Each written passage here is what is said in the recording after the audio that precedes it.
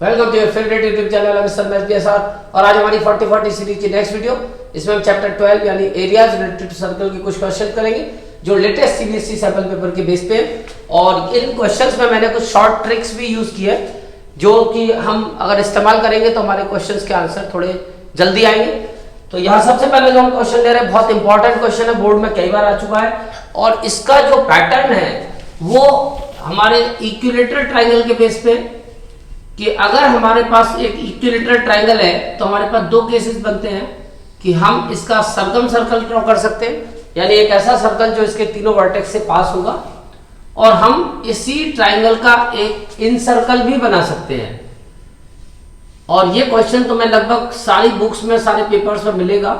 तो मैंने एक इसकी शॉर्ट ट्रिक तुम्हारे लिए तैयार की है कि जिससे एमसीक्यू में तुम इस क्वेश्चन को बहुत शॉर्ट में कर सकते हो। वैसे तो बहुत लंबा पड़ता है क्वेश्चन कि इस सरकम सर्कल के बेस पे जो हमें जरूरत होती है वो क्वेश्चन जो हमें मिलेगा या तो ट्राइंगल की साइड दी होगी और सर्कल की रेडियस हमें चाहिए होगी, यानी एरिया पूछा जाएगा तो रेडियस निकालनी होगी, या फिर हमें रेडियस दी होगी सर्कल की तो हमें ट्राइंगल की साइड निकालनी पड़ेगी उसके एरिया के लिए। तो कुल मिलाकर हमें ट्राइंगल की साइड और सर्कल की रेडियस के बीच में रिलेशन बनाना। तो इस पहले वाले केस में हमें ध्यान रखना है कि जो ट्राइंगल की साइड होती है वो √3 टाइम्स होती है रेडियस की। अब इसको तुम याद करके शॉर्ट तरीके से अपना आंसर निकाल सकते हो। सरकम सर्कल के केस में जो ट्राइंगल इक्विलेटरल होगा उसकी साइड √3 टाइम्स होगी रेडियस की, और इन सर्कल के केस में जो साइड होगी इक्विलेटरल ट्राइंगल की वो 2√3 टाइम्स होगी रेडियस की। तो अब इस टेक्निक से, इस ट्रिक से तुम्हारा आंसर बहुत शॉर्ट में आ जाएगा। तो जो हमारा पहला क्वेश्चन, ये क्वेश्चन नंबर पहले मैंने लिया है 6 क्वेश्चन लिया है, और इस क्वेश्चन में हमें एरिया ऑफ इन सर्कल, यानी ये वाला केस है, इन सर्कल का एरिया हमें इक्विलेटरल ट्राइंगल की साइड दे रखी है, इन सर्कल का एरिया निकालना है। तो इन सर्कल का एरिया निकालने के लिए पहले इन सर्कल की रेडियस निकालनी पड़ेगी और ट्राइंगल की साइड हमारे पास है 42। तो ये वाला केस अगर हम फॉलो करते हैं, ये हमारा 6 क्वेश्चन हो गया। इसको तुम एक्स्ट्रा क्वेश्चंस में अपना किसी बुक में से देख के निकाल सकते हो, ये क्वेश्चन तुम्हें एक्स्ट्रा बुक में मिल जाएगा। तो फिलहाल इस वाले केस में अगर हम देखें तो साइड हमें 42 मिली है, तो अब हम रेडियस बता सकते हैं सर्कल की, और रेडियस होगी, ये डिवाइड में चला जाएगा 42/2√3। रूट काटने के लिए √3 से ऊपर नीचे इंटू कर दो, रेशनलाइज कर दो, तो 42√3/2 × 3 यानी 6, यानी 7√3 इसकी साइड हो गई, वो रेडियस हो गई। तो 7√3 हमारे पास इस इन सर्कल की रेडियस आ गई। अब तुम चाहो तो इसका एरिया 2 मिनट में बता सकते हो। πr², यानी area of circle πr² 22/7, 7√3 multiply 7√3, तो 7 से 7 कैंसिल हो गया, 22 × 7 × 3, तो 22 × 21, तो 22 और 2 2 जा 4, 2 2 जा 4, 264, यानी 462 यानी सी ऑप्शन। तो तुमने देखा कि इस ट्रिक का यूज करके तुम इन सर्कल या सरकम सर्कल का एरिया आसानी से निकाल सकते हो। और यहाँ पे हमारे पास जो ये रिलेशंस हैं, ये इक्विलेटरल ट्राइंगल की साइड और उस इन सर्कल या सरकम सर्कल की रेडियस का कनेक्शन है। तो ये तुम्हें एक तरह से रटना पड़ेगा रिलेशन, और इससे तुम आसानी से ये काम कर सकते हो। अब इसके बाद मैं लेता हूं क्वेश्चन नंबर 5, और इस क्वेश्चन नंबर 5 में फिर एक ऐसी ट्रिक वाला क्वेश्चन है जिसको कि तुम रट के अपना काम चला सकते हो, और ये भी तुम्हें अक्सर मिल जाएगा किसी ना किसी पेपर में, क्योंकि बहुत इंपॉर्टेंट क्वेश्चन है।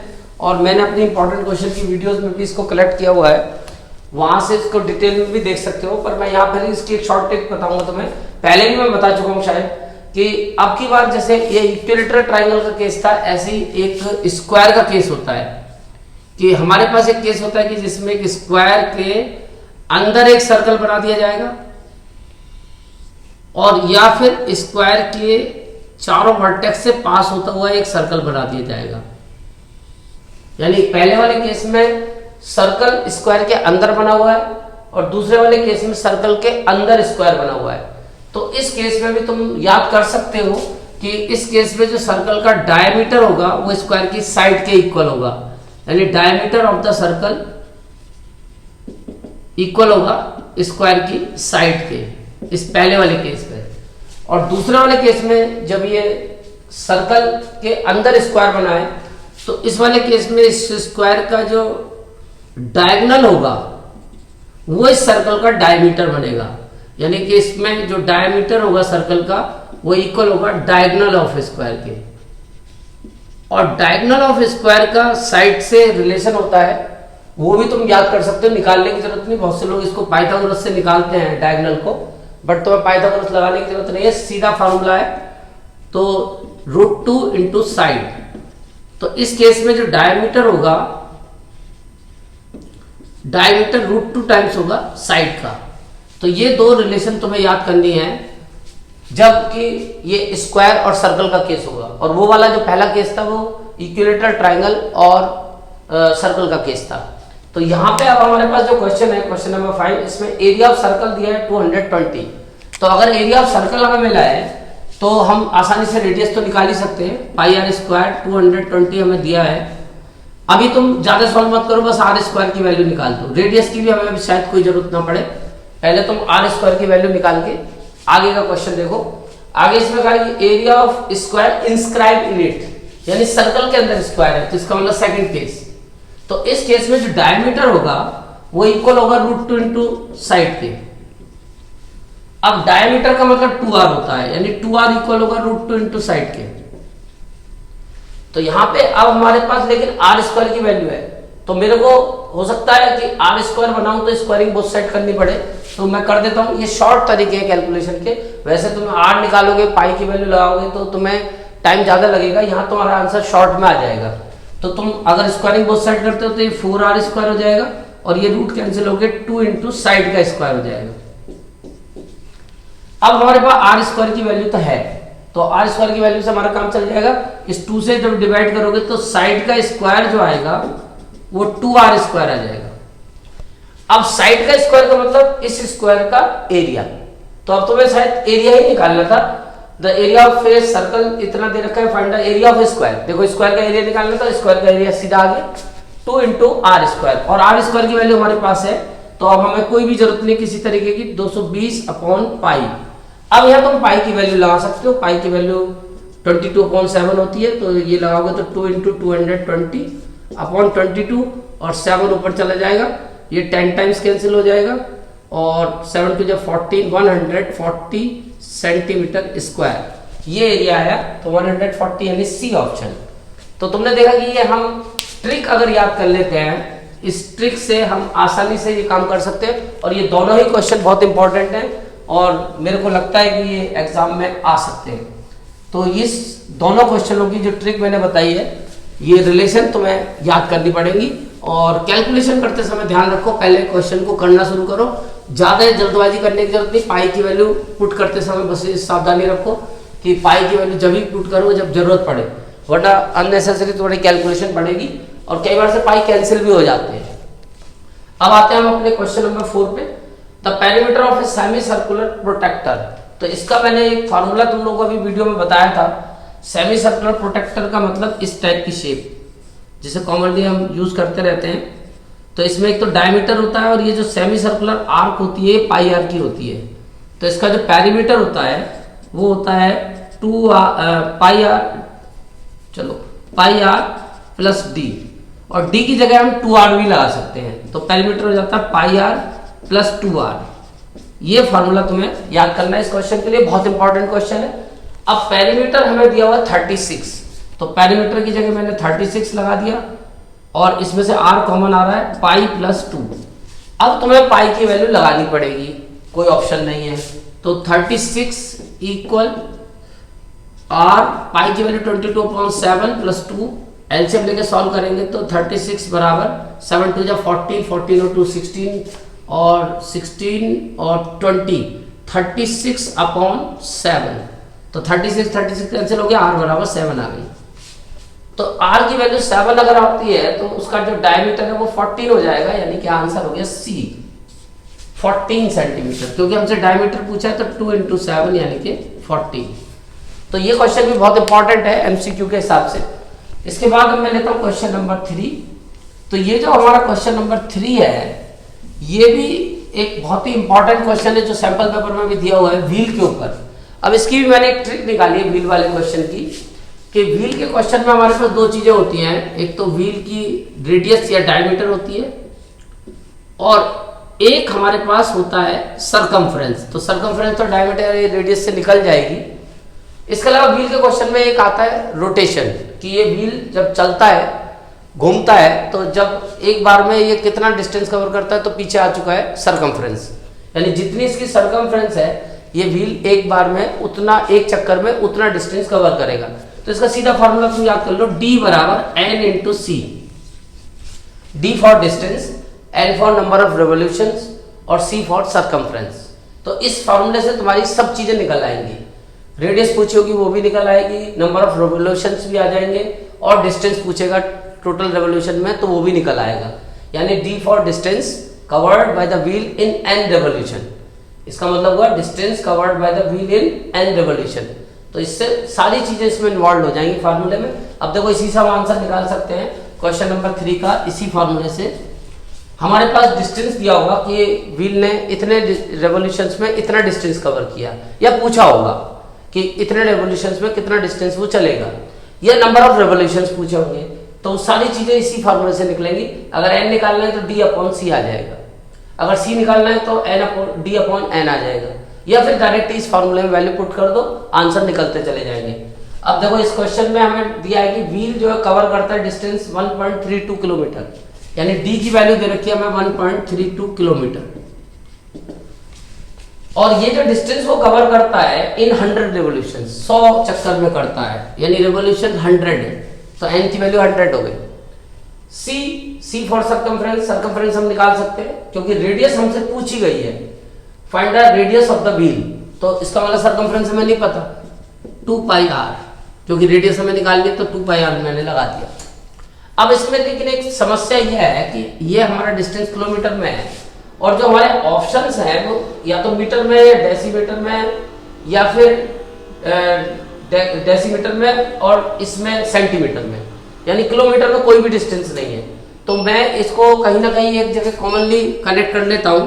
तो ये स्केल तुम्हें याद रखना है, mm, cm, dm, m, dam, hm और km, और इन सब के बीच में 10 का गैप तुम्हें लेके चलना है।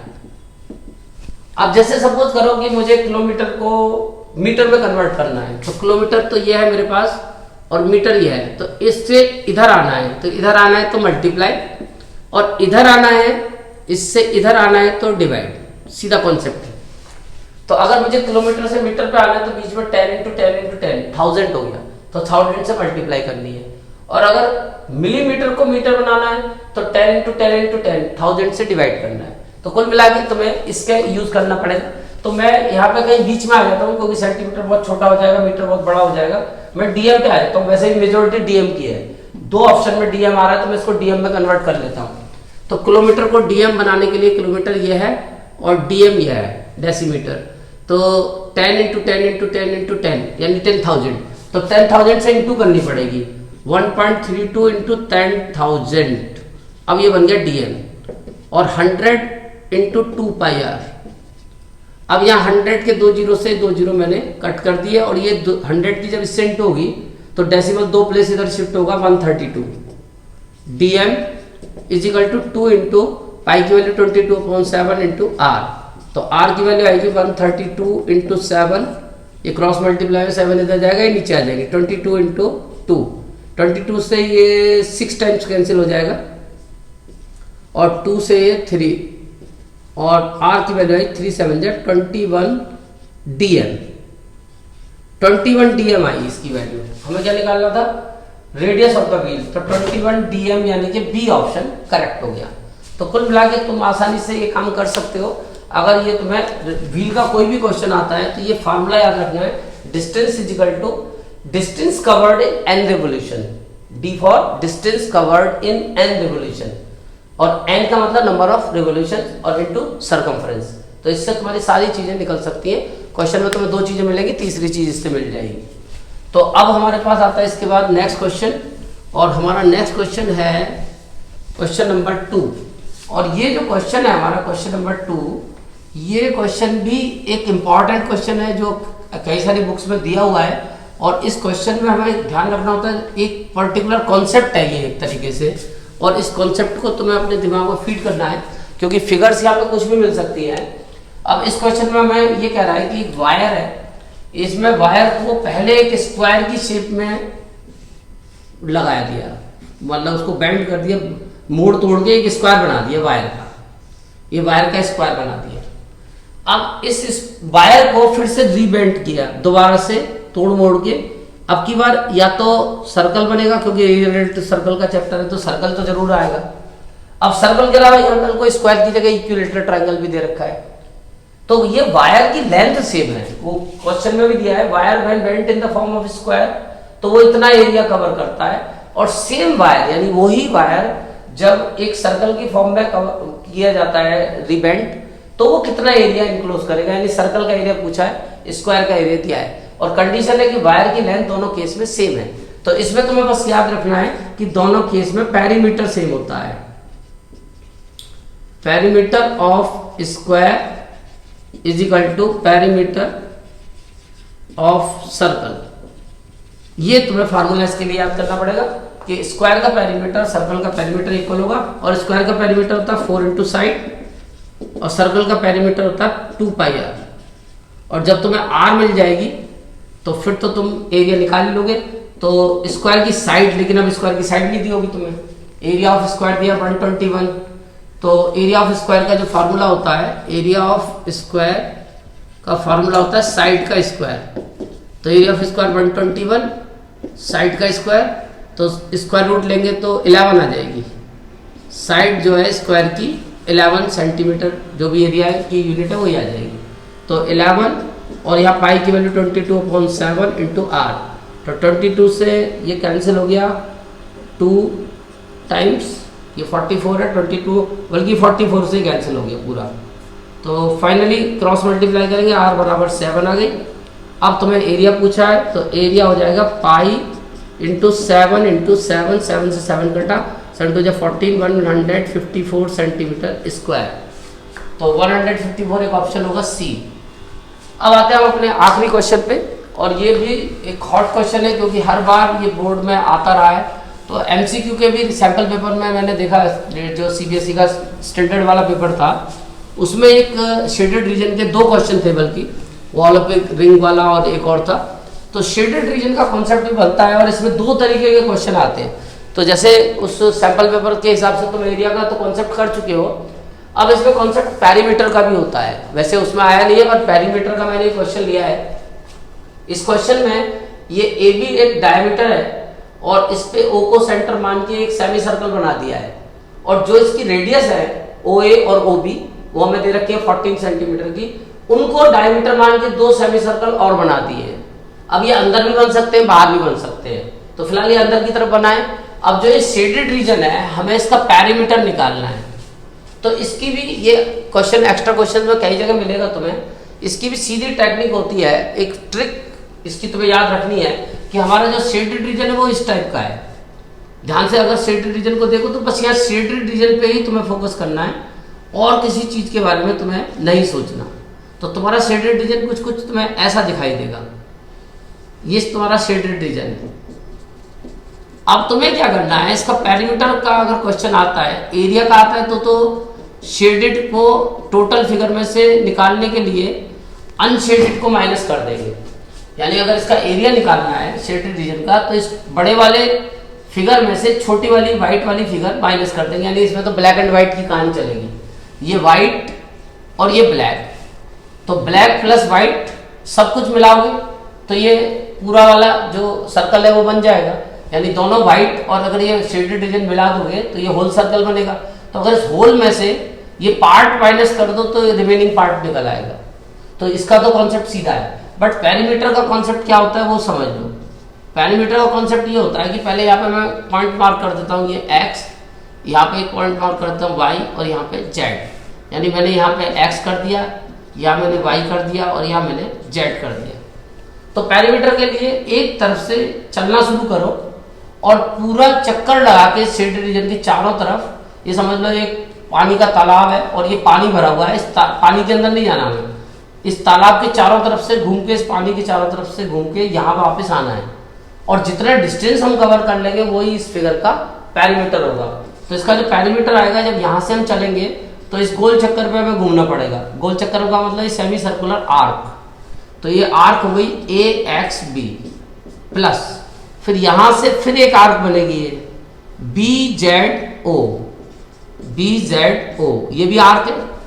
फिर यहां से O पे आके फिर एक आर्क बनेगी, अगर हमें A पे आना है तो ऐसे जाना पड़ेगा OYA। पहचान लीजिए, A से स्टार्ट करोगे A पे पहुंच जाओगे तो समझ लो तुमने पेरीमीटर कवर कर लिया उसका।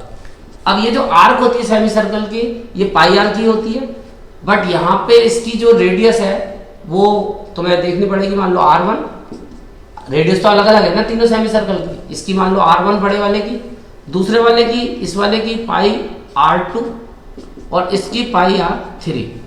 अब जो R1 है, R1 तो यहाँ से यहाँ तक का ये डायमीटर है, 14 की ये रेडियस हो गई, तो R1 की वैल्यू तो 28/2 यानी 14 है, और R2 जो है वो इस वाले डायमीटर पे बनाया है 14 वाले पे, ये सेमी सर्कल 14 के डायमीटर पे है, तो इसकी रेडियस होगी 14/2 यानी कि 7। और ये वाला भी जो सेमी सर्कल है वो इस 14 डायमीटर पे बनाया है, तो इसकी रेडियस भी R3 की 14/2 यानी कि 7।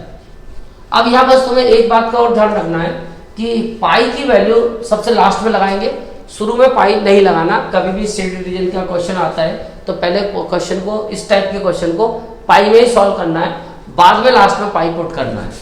तो pi into 14 plus pi into 7 plus pi into 7। अब तुम इनको आसानी से ऐड कर दोगे, 7 और 7 14 प्लस 14 28 पाई। अब तुम पाई की वैल्यू लगा दो 28 इंटू 22/7, 7 4 जा 28, 4 इंटू 22 यानी 88 सेंटीमीटर। एक ऑप्शन होगा 88 सेंटीमीटर, बी ऑप्शन। तो फाइनली अब तुम्हारी समझ में ये बात आ गई होगी कि हमें शेडेड रीजन के और ये जो इक्विलेटरल ट्राइंगल के, इन सर्कल और सर्कम सर्कल के, या जो स्क्वायर के मैंने क्वेश्चंस बताए, इनकी जो टेक्निक्स और जो रिलेशंस मैंने बताई है वो तुम्हें लर्न करनी है और फिर क्वेश्चंस में यूज करनी है। Thank you.